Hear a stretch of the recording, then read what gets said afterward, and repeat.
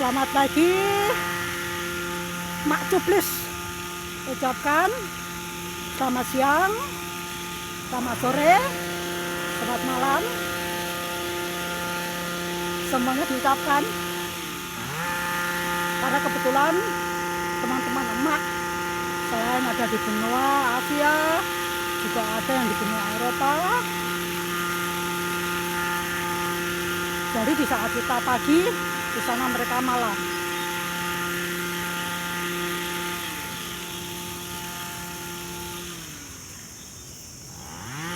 Hari ini emak akan berbagi atau memberi support kepada kawan-kawan semuanya yang saat ini lagi sakit ya, terutama yang masalah payudara. Masalah payudara banyak sekali dari kita itu takut untuk berobat, bahkan takut untuk periksa. Itu sangat banyak sekali kasus-kasus yang seperti itu. Dan hari ini emak akan share bagaimana caranya supaya kita tidak merasa takut.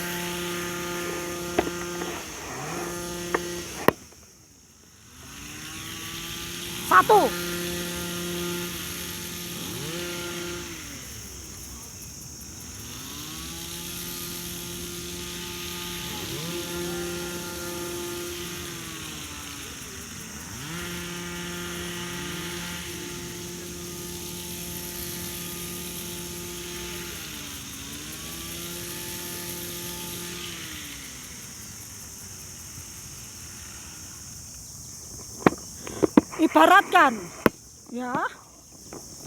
ibaratkan kita bicara santai, panas. Saya udah selesai olahraga,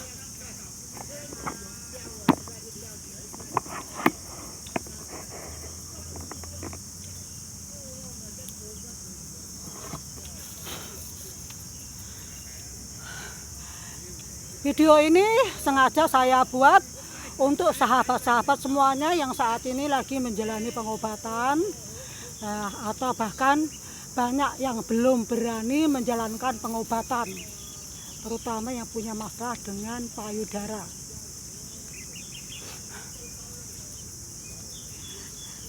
Untuk kaum wanita, ya, ini khusus untuk kaum wanita karena mayoritas yang terkena adalah wanita. Laki-laki juga ada, tetapi sangat sedikit. Waktu saya berobat itu ada barengan dengan laki-laki kena kanker payudara, laki-laki ada 2 barengan saya. Tapi sudah cukup umurnya 50 tahun ke atas juga. 2 orang. Waktu itu kemo dengan saya. Untuk Ibu Anis dan untuk sahabat-sahabat semuanya yang di luaran sana masih banyak, karena saya juga banyak menerima inbox, karena saya giat bersosialisasi lewat media, sharing pengalaman, berbagi pengalaman. Apapun yang saya alami saya ceritakan di media sosial. Dan dari situ banyak sekali dari kawan-kawan yang inbox menanyakan masalah kanker payudara itu gejalanya seperti apa. Lalu bagaimana caranya untuk mengatasi rasa takut. Memang kita tidak bisa memungkiri ya, kalau sudah mendengar kalimat kanker, itu yang ada di pikiran kita hanya satu, aduh saya sudah mau mati, saya kena kanker, mengerikan sekali. Iya Pak, iya. Iya kan? Pada kenyataannya ya, dari pengalaman saya selama ini, di saat kita merasa ada yang aneh pada benjolan kita, tip yang emak share, yang emak bagi ya, pertama kali yang harus kita kerjakan adalah menguatkan mental. Nomor 1, menguatkan mental untuk menghadapi segala kemungkinan yang tidak kita inginkan. Jadi biasanya itu akan terjadi beberapa minggu, ya, beberapa hari, beberapa minggu itu selalu sedih, menangis, galau, bingung, cemas, stres sendirian. Itu manusiawi, itu wajar. Dan terutama bila kita sudah menemukan benjolan kecil di sekitaran payudara kita, yang satu yang harus disiapkan adalah mental. Mentalnya disiapkan menerima segala kemungkinan. Dan 2, keyakinan. Yakin. Tahap kedua, yakin bahwa Allah, Tuhan, sudah memberi karunia yang terbaik buat kita. Kita terima semuanya dengan lapang dada. Kita anggap suatu karunia. Jangan anggap itu suatu musibah atau sesuatu yang menyakitkan. Ya memang sakit ya, memang sakit, takut, ketakutan terutama. Tetapi jangan anggap sebagai musibah, tapi anggap sebagai karunia. Itu yang kedua. Nah, setelah kita bisa menerima semua itu, baru kita pergi check up, periksa ke dokter. Hati-hati ya, benjolan sekecil apapun kalau sudah di payudara itu bisa berubah selnya kapan saja. Yang mula-mula cuma kista jinak, yang terendah itu kan kista jinak, yang benjolannya itu lembek, bisa pindah-pindah, itu kista jinak. Nah, nanti setelah itu ada, kalau terjadi kesalahan, kitanya nggak pandai-pandai menjaga pola makan minum kita, pola pikiran kita, itu benjolan bisa mengeras, bisa berubah menjadi tumor. Kalau sudah tumor, itu bisa berubah lagi menjadi kanker. Kalau kita stres, kita ketakutan, pola makan kita tidak jaga, nanti akan saya sebutkan makan apa saja. Nah, untuk kanker payudara atau penyakit payudara, itu tingkat kematiannya di negara kita, Indonesia, itu sangat tinggi. Dan tugas manusia, tugas kita, itu adalah ikhtiar. Ikhtiar bagaimana caranya supaya kita tidak meninggal lebih cepat. Bukankah Allah itu mengajarkan kita untuk ikhtiar dalam hal apapun juga? Bukannya pasrah-serah, wong aku takdir ini karo Gusti Allah, aku tak terima. Tentunya masalah orang nggak diobati. Saya yakin sifat seperti itu tidaklah baik. Jadi tugas kita adalah ikhtiar. Langsung bangkit, periksa. Jangan pernah takut bahwa orang yang kena kanker payudara itu bisa sembuh seperti saya.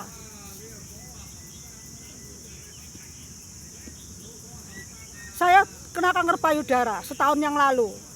Sebetulnya kanker payudara itu sudah tumbuh 5 tahun yang lalu. Tetapi karena pola hidup saya sehat, jadi kankernya itu tumbuhnya lambat. Punya saya sangat ganas. Bukan kista loh saya, tapi kanker langsung. Kanker stadium 2, grade 2. Itu benjolannya mengeras, mencengkeram payudara, dan sakit. Hati-hati. Kalau dibiarkan, lama-lama bisa meletus. Jadi benjolan semakin besar, itu bisa meletus. Teman saya sudah ada yang mengalami hal seperti itu, banyak. Karena apa? Terlambat berobat, tidak mau berobat. Waktu ada benjolan diabaikan, tidak mau periksa, tidak mau melakukan operasi, tidak mau melakukan kemoterapi, semuanya tidak mau. Akhirnya apa yang terjadi? Meletus. Kalau sudah meletus, saya nggak berani menyertakan fotonya ya, karena mengerikan sekali. Saat ini payudara sudah meletus, merah, darahnya keluar terus, darah campur nanah itu keluar terus. Dan kalau sudah seperti itu sangat bahaya. Bahayanya apa? Bisa merembet ke organ lainnya. bisa merembet ke organ lainnya, dan itu nyawa taruhan kita. Apakah Anda yang takut, yang malas berobat mau seperti itu? Kalau sudah parah sampai berdarah-darah itu biayanya biasanya lebih mahal, pengobatan juga lebih lama. Karena sudah parah, sudah meletus, sudah pendarahan. Kalau sudah pendarahan, nanah keluar, itu akar-akarnya tuh mencekram di payudara ke dada, itu semakin bisa-bisa bagian jantung, paru juga kena. Risikonya seperti itu. Karena dia semakin berakar, ibarat pohon ya, pohon satu, dia mencungul kan, daunnya, batangnya mencungul, bibitnya mencungul, pohonnya mencungul, akarnya kan mencengkeram bumi. Dia semakin besar, akar semakin besar.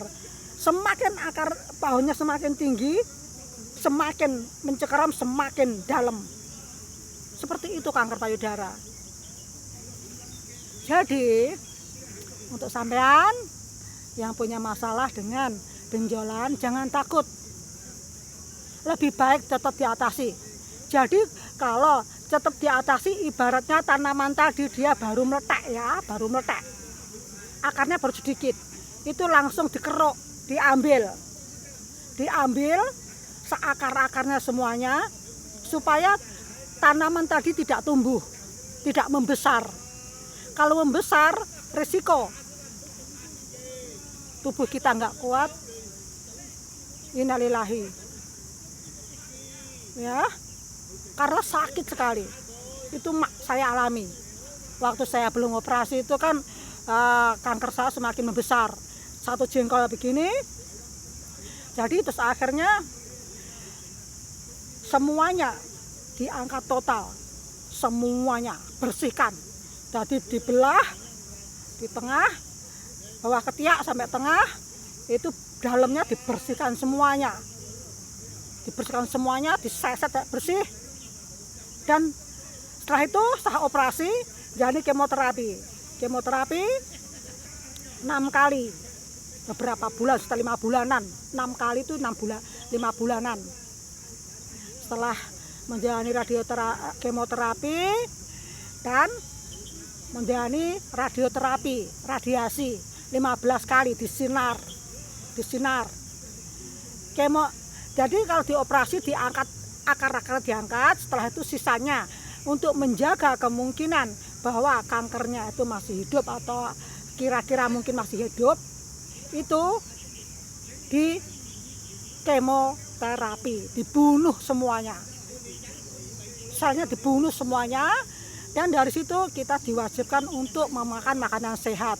Supaya apa? Supaya tubuh kita, sel-sel kita, semuanya yang tumbuh itu adalah sel-sel yang baru.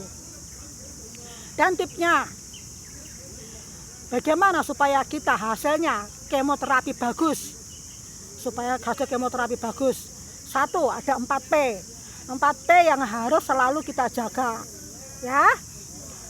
P1, pemanis ya, kayak gula, makanan dikasih manis-manisan, itu hindari. Kalau ingin merasakan manis, gunakan madu atau kurma atau gula Jawa atau gula aren. Yang penting jangan gula putih ya. P kedua adalah pewarna. Makanan apapun yang dikasih pewarna. Pewarna kan banyak sekali ya, kayak dadar gulung dikasih warna pink, warna hijau, kayak gitu kan. Itu lah, seperti kayak makan makanan lain-lain yang dikasih warna-warni, itu cenil itu ya, warna-warni. Nah, terus yang ketiga, yang makan kasih perwarna, apapun dikasih perwarna dihindari. Ketiga adalah pengawet, zat pengawet, kayak mie instan, makanan kaleng-kalengan, minuman ringan, makanan instan, kayak sosis seperti itu dihindari. Apapun makanan yang sudah kena bau bahan pengawet dihindari. Terakhir, keempat, P4 kan, P4, 1, 2, 3, 4. Keempat adalah perasa.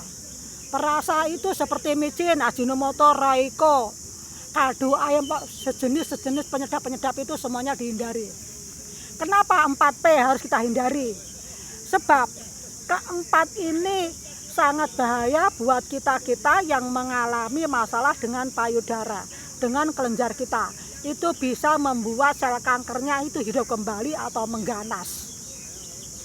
Perhatikan saja, kalau kita punya luka, orang kencing manis contohnya ya, kalau dia kena gula pasti semakin parah. Karena apa? Gula putih itu menghasilkan nanah ke tubuh kita, karena sangat sulit dicerna oleh tubuh kita. Lalu selain 4P ya, 4P makanan yang harus kita konsumsi adalah sayur-sayuran, banyak sayur-sayuran, buah-buahan, ikan yang ada sisiknya. Jangan makan ikan yang tidak ada sisiknya, kayak ikan bawal, kayak belut, kayak ikan lele, kayak ikan bandeng ya, yang tidak ada sisiknya itu. Semua ikan-ikan yang tidak ada sisiknya dihindari. Makan yang ada ikan yang ada sisiknya. Lalu telur. Dan bagaimana cara supaya stamina kita bagus, hasil kemonya bagus, usahakan memakan kurma, konsumsi kurma sama madu. Seperti saya, waktu pengobatan, setiap hari mengonsumsi kurma 7 biji. 7 biji itu saya rendam. Malam saya buka kurmanya, saya kasih ke jembung. Setelah itu saya kasih air panas, saya tutup, terus direndam selama 6-10 jam. Jadi malam direndam, paginya diminum. Dan ini jadi minuman harian saya. Ini air kurma. Jadinya seperti ini, sari kurma. Ya. Jadinya sari kurma. Dan ini menjadi minuman harian kita untuk menjalani pengobatan. 7 biji kurma. Tetapi kalau kita sudah tidak menjalani pengobatan, cukup 5 biji. Kayak saya sudah selesai menjalani pengobatan, alhamdulillah sudah sembuh. Meskipun saya kehilangan payudara 1, payudara saya sendiri nggak ada. Saya berpayudara 1, dadaku rata. Saya suka dari seperti itu, dadaku rata.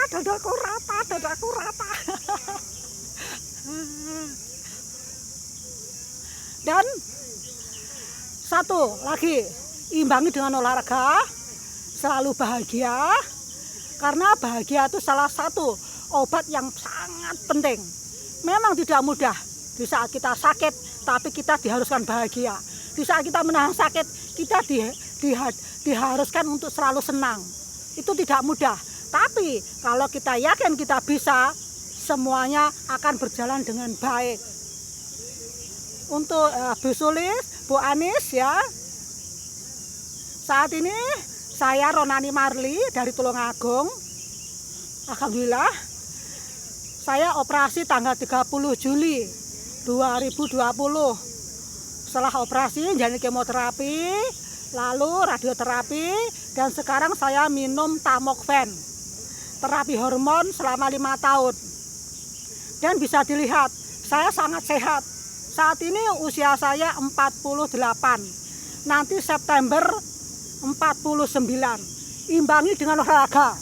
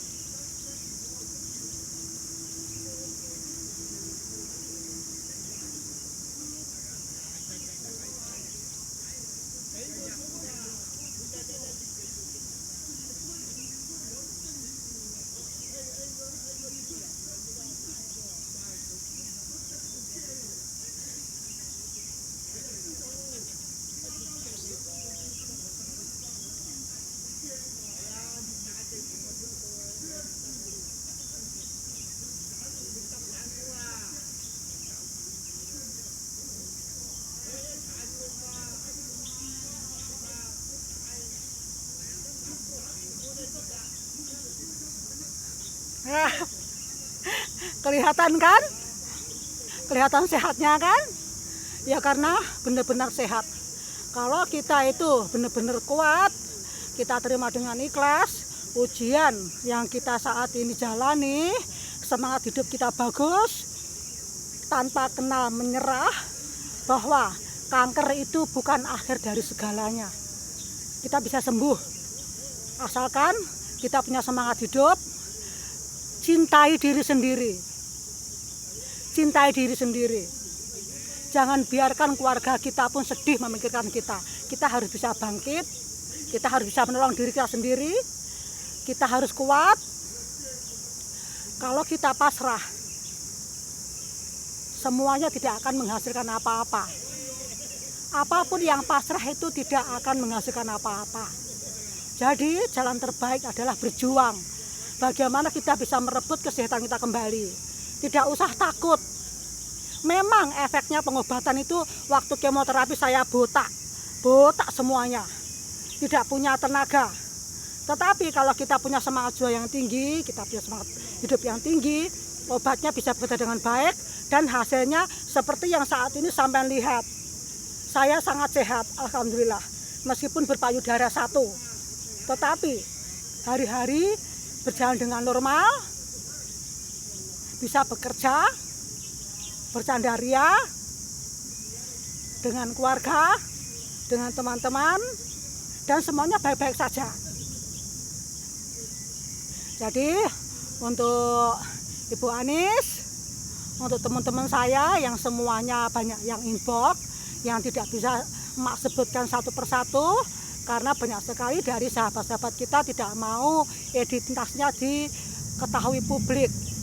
Ya, saya maklum, karena nggak semuanya orang itu kuat mental untuk menghadapi di saat kita terkena suatu sakit tertentu, terutama kanker payudara.